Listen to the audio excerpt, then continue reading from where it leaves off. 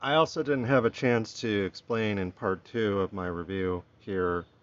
that Alastor, as a practitioner of voodoo, doesn't just demonize Alastor for making black magic a la Zafloya the Moor by Charlotte Dacra, where black equals evil in a hauntologized kind of way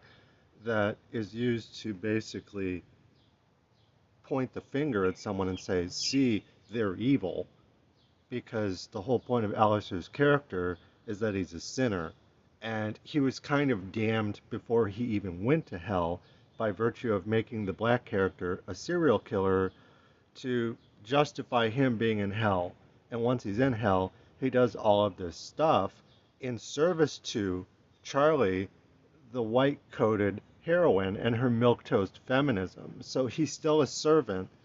and he's a servant who is basically reprobate by virtue of him not just being a serial killer, but also his practicing of voodoo. And that doesn't just demonize him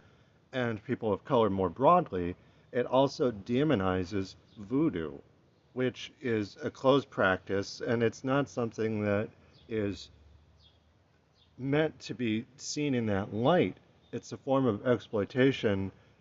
no different than saying Muslim people kidnap women and sell them into slavery, or Jewish people in medieval Europe kidnap babies, eat them, and drink their blood. Pagan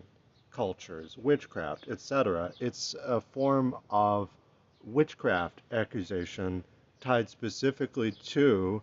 practitioners of voodoo who historically aren't white. So that was another aspect of Alastor that I wanted to sort of highlight insofar as they also turn him into a sex object who's ace, but he's effectively a doll. He is someone who is seen shirtless, he is someone who is seen as a stag, and he's hunted, and he's vulnerable in ways that tie to the sexualizing of black men in particular that is unto itself literally a porn trope. And there are moments where Vibsy Pop seems to sort of poke fun at it and be like, he's just a deer, and they're poking fun at it while also at the same time having their cake and eating it too by demonizing him through voodoo and being a serial killer and essentially being a devil worshiper, the devil being a white woman who owns him, and then he just trades that for another white woman after that.